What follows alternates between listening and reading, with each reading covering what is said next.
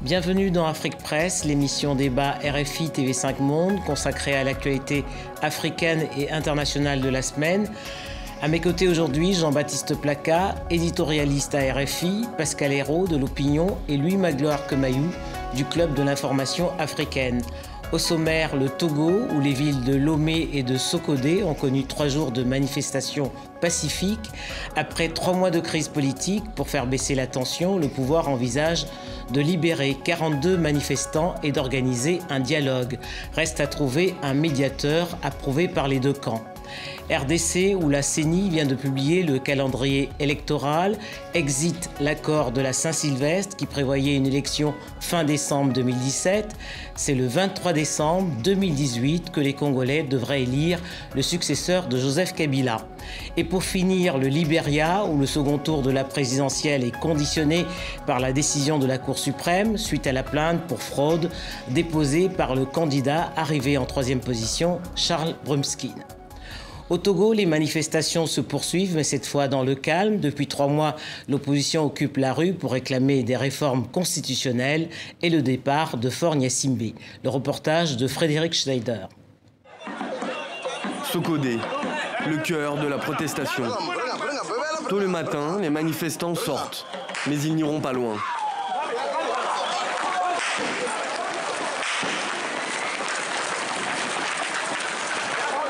Selon plusieurs témoignages, des éléments du corps d'élite de l'armée, en treillis noirs et cagoules, ont pourchassé et tabassé des manifestants.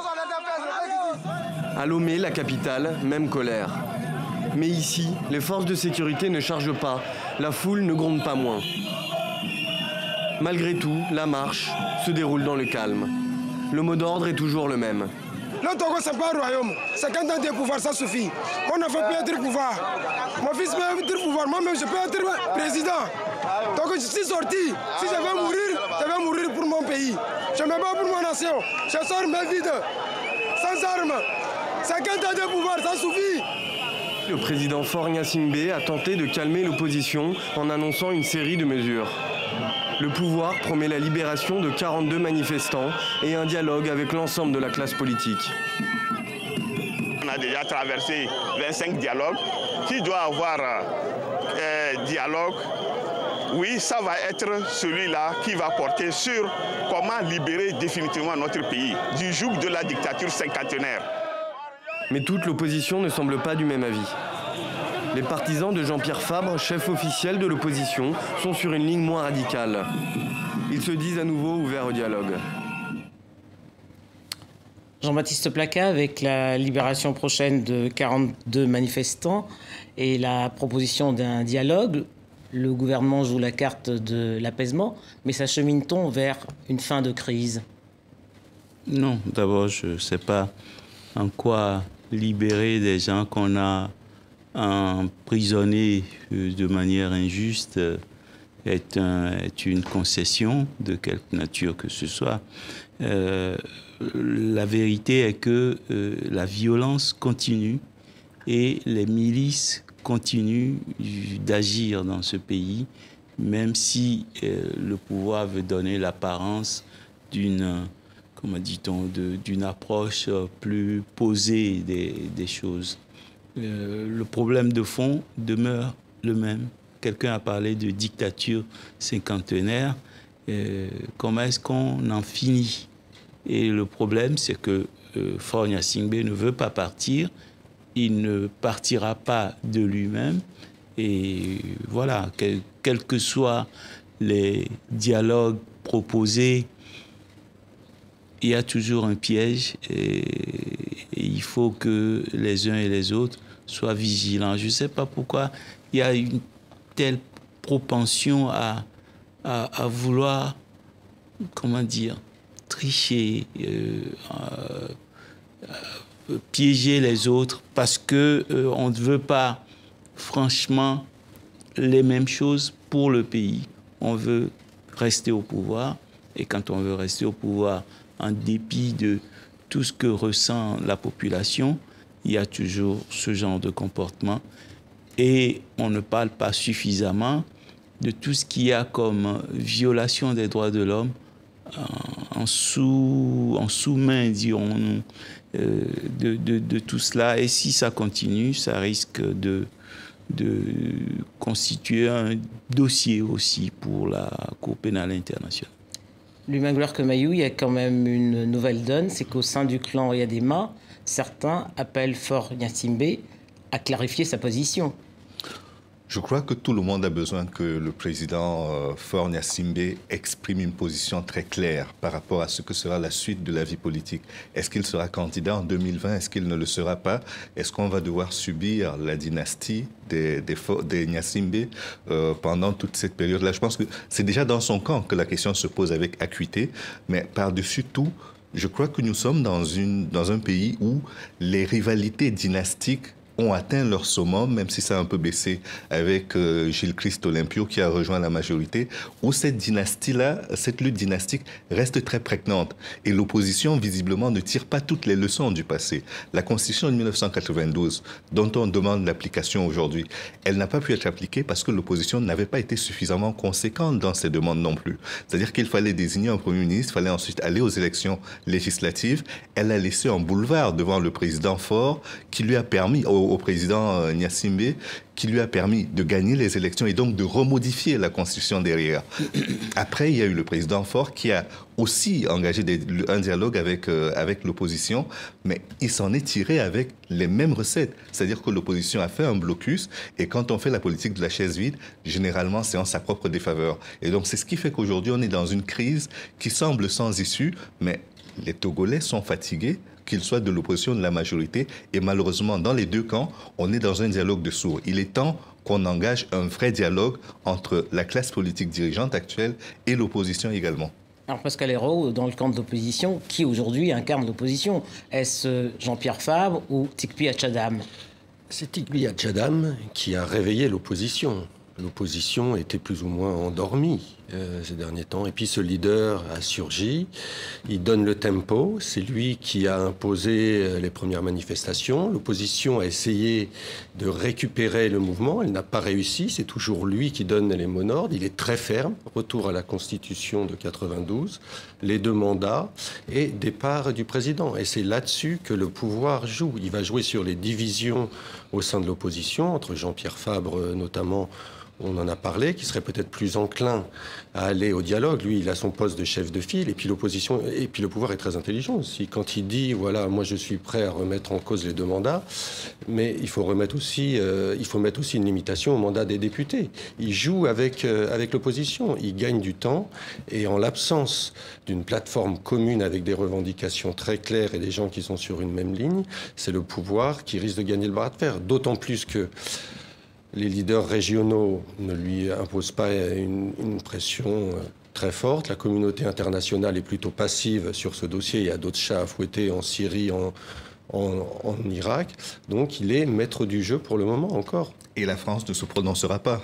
Parce que visiblement, Emmanuel Macron ne veut pas être taxé de poursuivre une politique de la France-Afrique dont il ne veut pas. Même si Tikpi Achadam a demandé... fait appel à Emmanuel Macron, oui. Ce qui, de mon point de vue, est une méprise pour toutes ces personnes qui descendent dans la rue pour soutenir à la fois son discours et ses actions politiques. Mais je crois qu'aujourd'hui, les Togolais, les leaders togolais, parce que du côté de la population, je crois que les choses sont suffisamment claires, les dirigeants togolais devraient faire preuve d'un peu plus de maturité. On n'est plus dans la guerre froide. Il n'y a plus à appeler au secours Washington, Paris ou n'importe quelle autre grande capitale internationale. Il faut aujourd'hui que les leaders arrivent à trouver un modus operandi qui permette de sortir de la crise. On ne peut pas rester dans une crise pendant 50 ans où les guerres dynastiques ont fait qu'à un moment, les gens voulaient régler leurs comptes politiquement, puis leurs enfants ont pris le relais et leurs petits-enfants le feront dans quelques années après eux.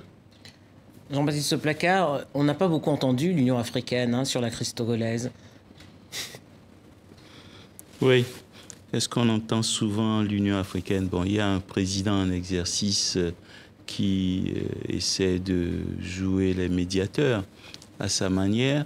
Le problème, c'est que ces gens n'ont jamais le courage de dire à leur père les vérités que ceux-ci doivent entendre si on veut éviter les crises. En réalité, l'Afrique de l'Ouest est une zone en dehors de la menace djihadiste, est une zone relativement calme. Et si le Togo basculait dans la violence, ça créerait des situations assez difficiles pour l'économie et du Ghana et du Burkina et du Bénin, et peut-être même au-delà. Donc, les dirigeants africains ont intérêt à dire à Faure Gnassingbé, bon, d'abord, nous sommes ensemble, il faut que nous nous ressemblions. Et vous êtes une singularité dans cette Afrique-là, ça ne peut pas continuer. C'est cela le message qu'on attend de l'Union africaine et qui ne vient pas. Et qui ne vient pas, malheureusement. En RDC, existe l'accord de la Saint-Sylvestre qui accordait à Joseph Kabila 1 an de plus après la fin officielle de son second et dernier quinquennat. Le calendrier arrêté par la CENI fixe désormais la date des différents scrutins présidentiels, provinciaux et législatifs au 23 décembre 2018. Le reportage d'Emmanuel Godard. Le dimanche 23 décembre 2018, en un jour, c'est le jour des scrutins directs combinés, présidentiels, législatifs, national et provincial.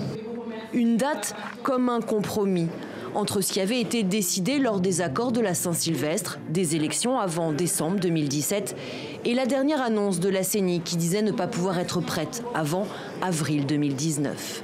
Mais avec une telle date, le président Joseph Kabila se maintiendra au pouvoir jusqu'en janvier 2019, alors que son mandat a expiré le 20 décembre 2016. Inacceptable pour l'opposition. Nous voulons avoir une transition sans M. Joseph Kabila. Je ne vois pas pourquoi on doit perdre notre temps sur une histoire qui n'a pas d'avenir. Même son de cloche du côté de la société civile, qui ne comprend pas que la CENI prenne cette décision sans avoir consulté tous les acteurs concernés. La publication de ce calendrier par la CENI est un mélange de la provocation, un déni de la réalité politique de la République, mais en même temps un défi lancé à la démocratie. La République démocratique du Congo n'a pas connu d'alternance pacifique depuis son indépendance en juin 1960. La Lucha a d'ores et déjà appelé à la désobéissance civile et à des manifestations partout dans le pays.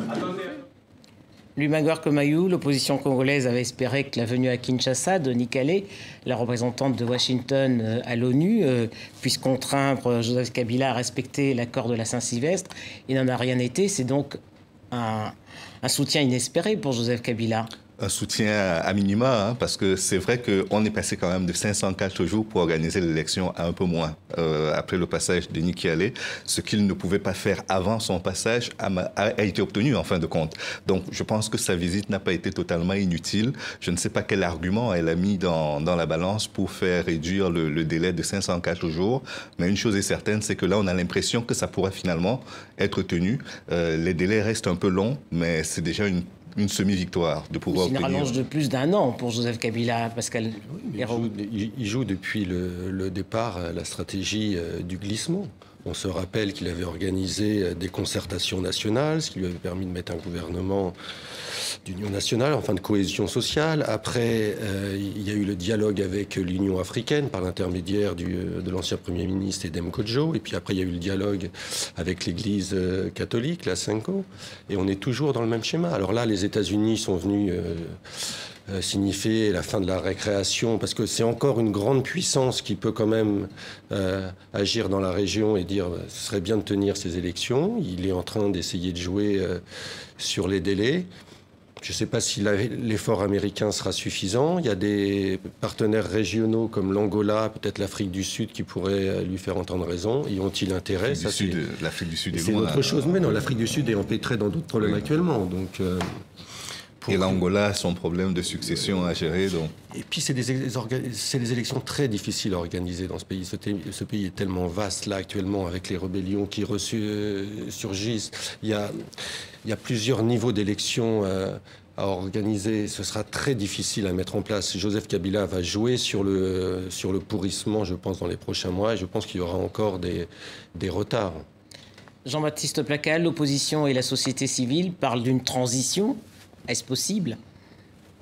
Je ne sais pas si c'est possible, mais ce qui est déconcertant, c'est que le pouvoir de Joseph Kabila s'évertue à vouloir en permanence tricher, grappiller quelques mois, quelques années de plus, au lieu de dire franchement qu'il voulait un troisième mandat.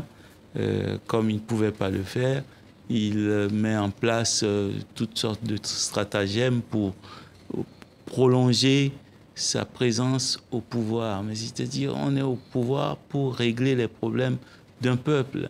Et les problèmes du peuple congolais ne sont pas réglés par celui-là.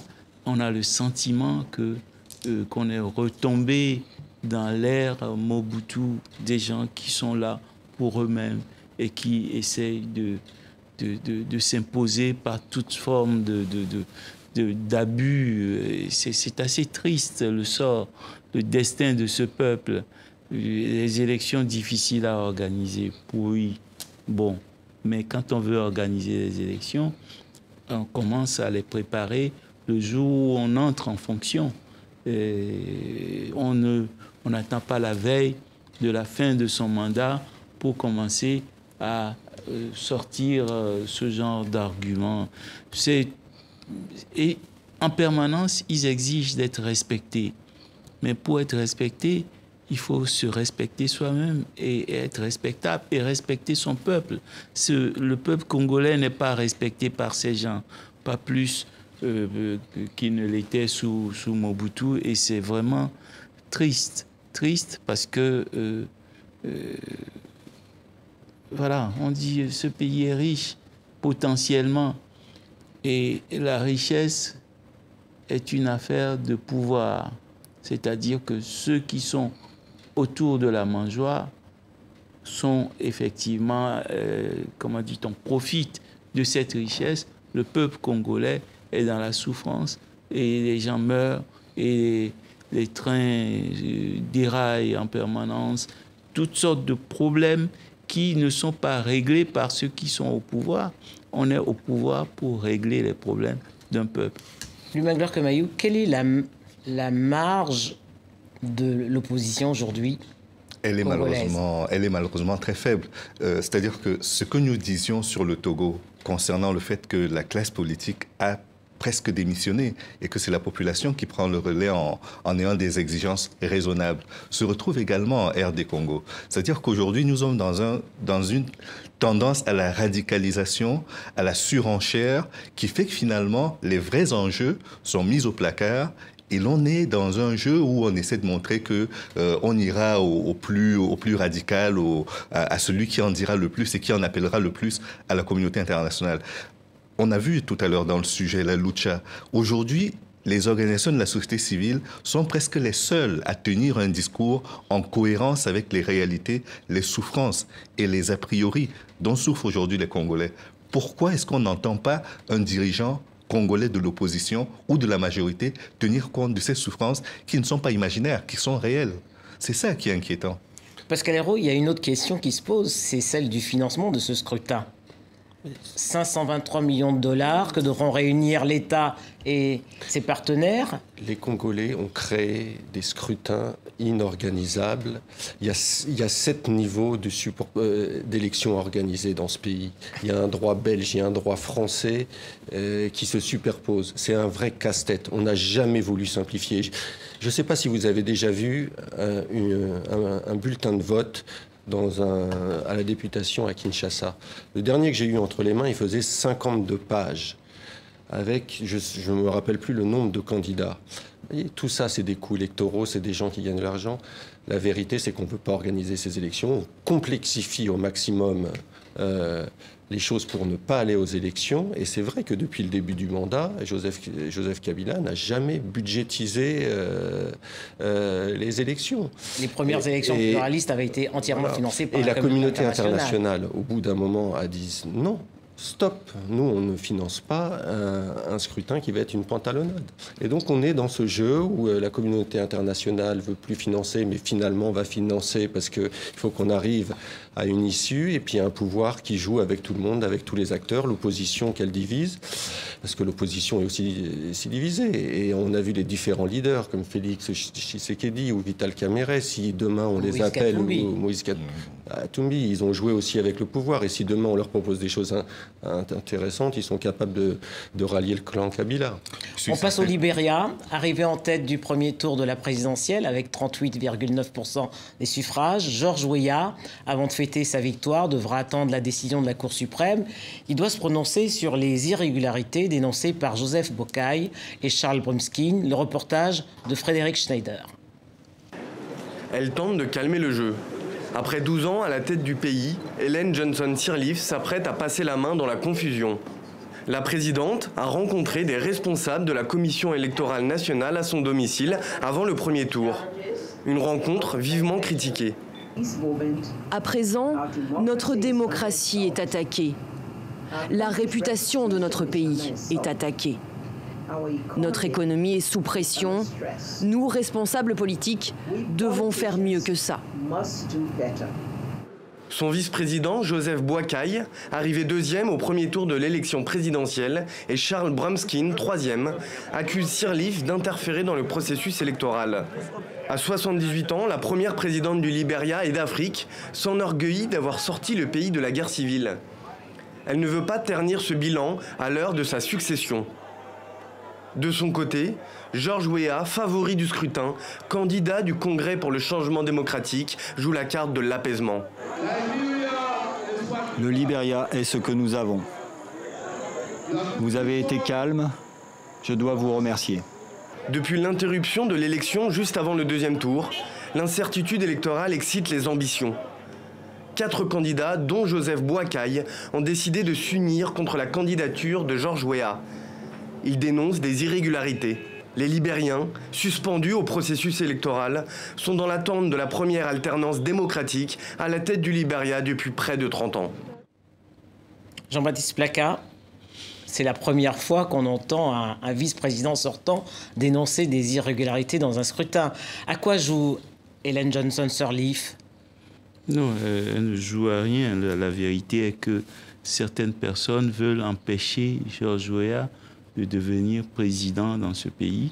Et déjà, la première élection de Mme Sirleaf était problématique, c'est-à-dire qu'on ne sait pas si on a volé sa victoire à George Weah. Il ne faut pas que cela se reproduise. Si le peuple choisit quelqu'un, il faut lui céder le pouvoir. Et il faut qu'on passe aux élections, au second tour des élections. Même la Cour suprême qui intervient juste à la veille du second tour pour tout suspendre, sine die. Une jurisprudence kenyane, Pascal Hérault? Oui, une jurisprudence kenyane. On ne sait pas encore ce que va faire la Cour suprême. Elle peut aller jusqu'à invalider les résultats du premier tour. Et qui peuvent être reportés de 2 mois. Hein. Voilà. L'équation est simple. George Weah est en tête. Il a 38% des voix. Il y a à peu près 8 ou 9% de ralliement des voix de Prince Johnson. Il arrive à 47 ou plus. On lui a retiré 50 000 voix, il ne faut pas oublier, lors du premier tour. Il est très proche de la victoire. Joseph Boakai n'a aucun intérêt à aller rapidement aux élections. Donc il joue avec Charles Brumskin, l'avocat.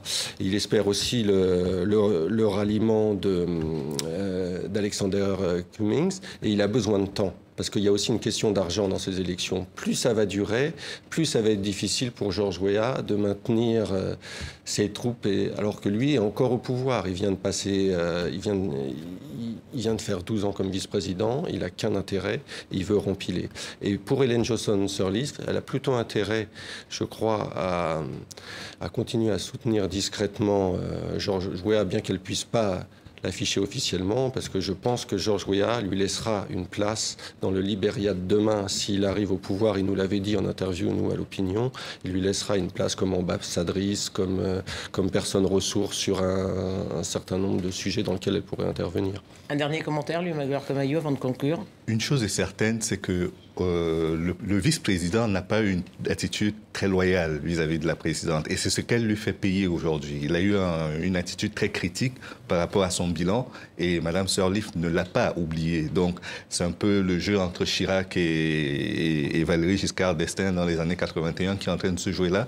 Et une chose est certaine également, c'est que si à la fin de l'élection, George Weah ne l'emportait pas, avec le souvenir des 2 premières élections où il a eu l'impression d'avoir été floué, je ne suis pas certain que le pays restera calme. Donc cet enjeu-là est également très important. Ça sera le mot de la fin, c'est la fin d'Afrique Presse. Merci à Jean-Baptiste Placas, éditorialiste à RFI, à Pascal Hérault de l'Opinion et Louis Magloire Kemayou du Club de l'information africaine. Vous pouvez revoir et réécouter cette émission sur les sites de RFI et de TV5 Monde.